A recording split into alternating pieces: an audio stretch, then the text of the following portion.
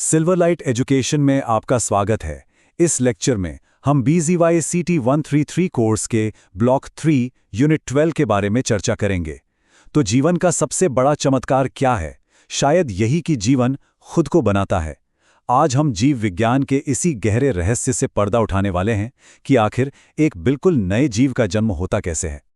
असल में ये जीव विज्ञान के सबसे बुनियादी सवालों में से एक है और इस पहेली को सुलझाने के लिए जिंदगी ने दो बहुत ही शानदार रास्ते अपनाए हैं।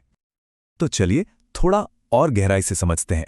सोचिए, एक रास्ता है एकदम सटीक प्रतियां बनाने का, जबकि दूसरा रास्ता है जेनेटिक कोड को मिलाकर कुछ बिल्कुल नया बनाने का।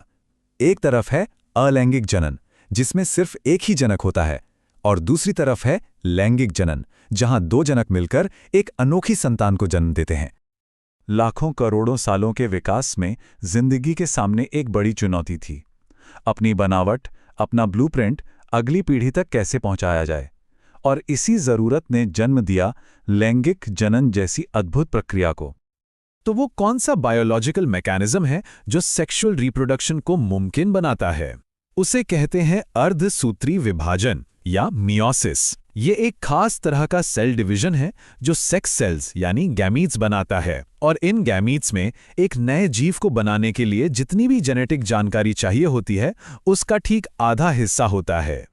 अब ये जो मियोसिस की प्रक्रिया है, ये दो बिल्कुल अलग तरह के गैमीट्स बनाती है, और मजे की बात यह है कि दोनों की अपनी अपनी एक खास स्ट्रैटेजी होती है कामयाब होने के लिए। जो मेल स्ट्रैटेजी है वो है क्वांटिटी की, मतलब संख्या की। हर एक दिन अविश्वसनीय संख्या में शुक्राणु कोशिकाएं बनती हैं। हम बात कर रहे हैं लगभग 20 से 30 करोड़ शुक्राणुओं की रोज। हर एक शुक्राणु समझिए कि एक छोटा सा सुव्यवस्थित डिलीवरी व्हीकल है। इसे सिर्फ एक ही मकसद के लिए डिजाइन किया गया है, अंडे तक पहुंचना और जेनेटिक पैकेज डिलीवर करना।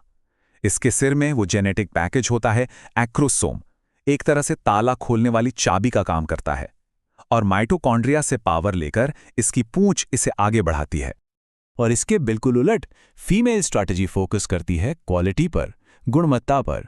यहां एक बड़ा पोषक तत्वों से भरपूर अंडाणु यानी ओवम बनता है। इसे ऐसे डिजाइन किया गया है कि ये जिंदगी के शुरुआती दौर को सपोर्ट कर सके। ये एक स्थिर टारगेट है कि शुरुआती विकास के लिए हर जरूरी चीज से लैस होता है। एक आम सी गोल कोशिका से एक फुर्तीले शुक्राणु में बदलना, ये एक बहुत ही कमाल का और सटीक ट्रांसफॉर्मेशन है। इसमें कई स्टेप्स होते हैं। पहले एक्रोसोम बनता है, फिर जेनेटिक मटेरियल यानी न्यूक्लियस को बहुत कस कर पैक किया जाता है, फिर सेंट्रियोल से एक पूंछ निकलती है, और आखिर में हल्का और तेज बनने के लिए सारा फालतू सामान हटा दिया जाता है। तो ठीक है, दो आधे हिस्से तैयार हैं, पर अब जिंदगी के सामने अगली बड़ी चुनौती है, ये दोनों एक दूसरे को ढूंढेंगे कैसे और सही तरीके से जुड़ेंगे कैसे। सोचिए जरा, करोड़ों की भीड़ में से सिर्फ एक शुक्राणु अंडे तक कैसे पहुंचता है। ये एक ऐसी रेस है जिसमें मुश्किलें बहुत हैं। ये पूरी यात्रा केमिकल सिग्नल से गाइड होती है, और इसका अंत एक बहुत ही जरूरी स्पीशीज स्पेसिफिक मिलन से होता है। तो जब शुक्राणु अंडे तक पहुंच जाता है, तो उसके एक्रोसोम से कुछ बहुत शक्तिशाली एंजाइम्स निकलते हैं। ये एंजाइम्स एक बायोकेमिकल चाबी की तरह काम करते हैं, जो अंडे की बाहरी सुरक्षात्मक परतों को भेद देते हैं। समझिए, ये वो पल है जब शुक्राणु दरवाजे पर दस्तक देता है। लेकिन एक से ज्यादा शुक्राणुओं को अंदर आने देना बहुत बड़ी गड़बड़ हो सकती है। इसे पॉलीस्पर्मी कहते हैं।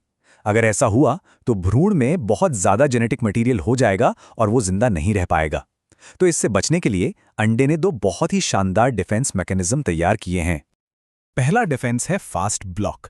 जैसे ही पहला शुक्राणु अंडे की सतह को छूता है, अंडे की झिल्ली में एक इलेक्ट्रिक करंट सा दौड़ता है। उसका चार्ज नेगेटिव से पॉजिटिव हो जाता है। ये एक तरह की इलेक्ट्रिक फेंसिंग है जो बाकी शुक्राणुओं को दूर धकेल देती है। और कुछ ही सेकंड बाद दूसरा डिफेंस सिस्टम एक्टिवेट होता है, स्लो ब्लॉक। केमिकल रिएक्शंस की एक लहर उठती है और अंडे की बाहरी परत सख्त होकर एक मजबूत किले की दीवार जैसी बन जाती है। ये फर्टिलाइजेशन मेम्ब्रेन दरवाजे को हमेशा हमेशा के लिए सील कर देती है। तो कनेक्शन बन चुका है और सिक्योरिटी भी पक्की हो गई है। अब एक नए जीव को बनाने का आखिरी स्टेप शुरू हो सकता है। अंडे के अंदर शुक्राणु और अंडे दोनों के जेनेटिक मटेरियल यानी प्रोन्यूक्लियाई एक दूसरे की तरफ बढ़ते हैं और मिल जाते हैं। दो आधे हिस्से अब एक हो चुके हैं और एक नया पूरा न्यूक्लियस बन चुका है। ये जो अकेली कोशिका बनी है, इसे ही कहते हैं युग्मनज। इसमें अब जीन्स का एक पूरा और बिल्कुल नया कॉम्बिनेशन मौजूद है। ये एक नए अनोखी जीवन की पहली कोशिका है। ये जो एक सिंगल सेल है अपने बिल्कुल नए जेनेटिक कोड के साथ, यही एक यूनिक इंडिविजुअल की शुरुआत कैसे बन जाती है। फ्यूजन के इसी छोटे से पल से डेवलपमेंट का एक बहुत लंबा और जटिल सफर शुरू होता है। ये सवाल हमें जीव विज्ञान की गहराई पर सोचने के लिए मजबूर करता है। खैर, हम आपसे अगले लेक्चर में मिलेंगे।